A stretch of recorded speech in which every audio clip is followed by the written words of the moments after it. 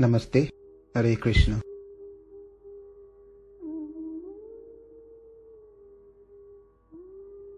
Idam shariram kaunteya kshetramityabhidiyate etatyo veti tam prahuhu kshetrajna iti tat vidaha.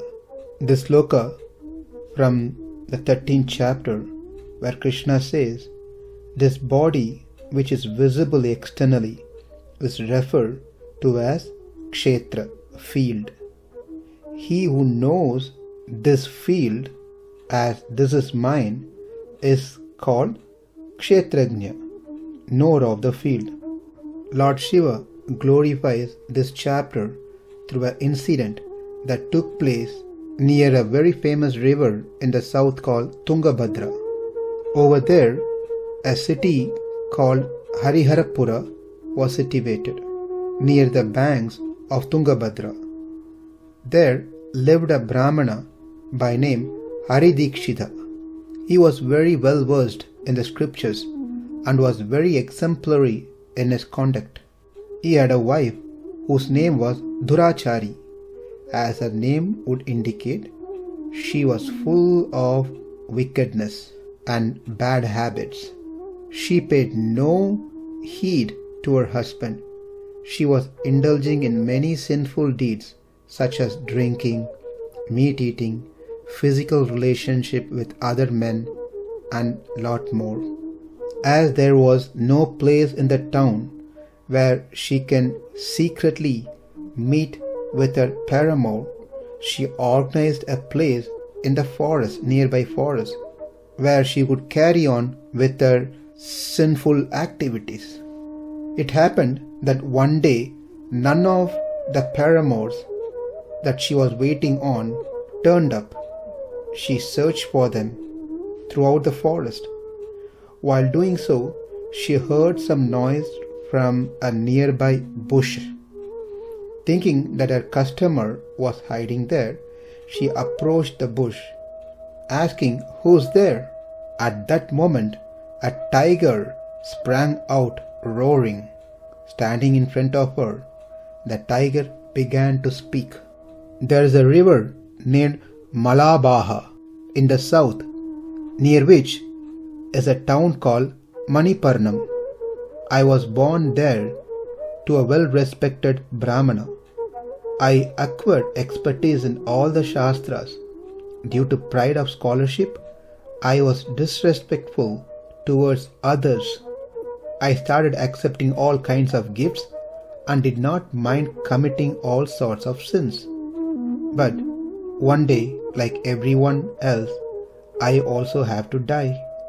And the death comes in many forms. We never know how we are going to die. I had to leave my body by a dog bite. After much suffering in hell, I am reborn as a tiger. Because I studied the Shastras in my previous birth, I have knowledge of my previous birth. Hence, I decided not to kill good people, but only the sinners like you. On hearing this, Durachari was terror-struck. The tiger made a meal out of her without waiting for any response. Reaching the world of Yama, she experienced much suffering and was born again as a female in a low class.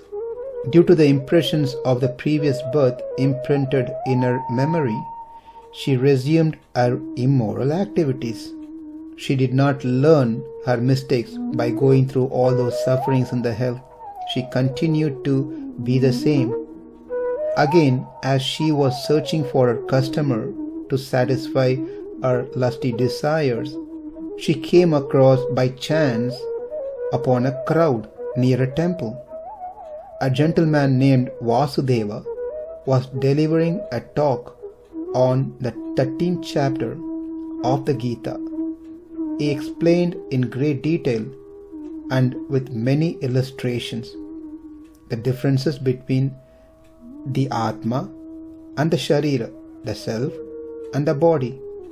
This woman, listening to the talk, she had a change of heart and recollecting all the sins she had committed. she filled with remorse. Shedding uncontrollable tears, she fell at the feet of Vasudeva, seeking for atonement.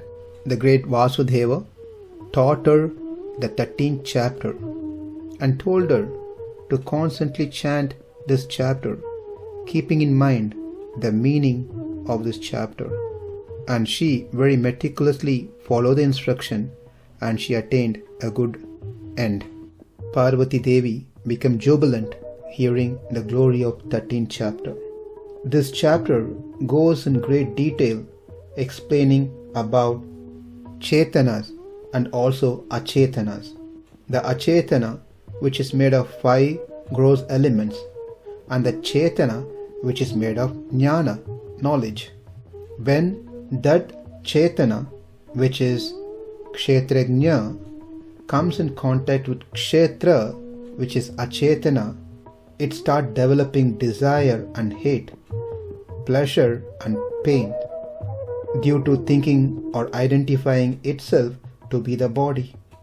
So this chapter teaches us that the self is different from the body in much more greater detail than what was covered in the 2nd chapter. We learn here that the Atma is without a beginning, and he is subservient to the Supreme Lord. He has the ability to perceive everything, even without needing any indriyas. He can see without eyes, he can hear without ears, he can smell without nose, and so forth. The happiness and sorrow are brought to this conditioned Atma through the gunas, Sattva Guna, Rajo Guna, and Tamo Guna. And when the Jivatma start enjoying these things, it gets caught into this material world, further into bondage. Those who are interested to know more about the self, this chapter is a great eye-opener with lot of details. Namaste. Hare Krishna.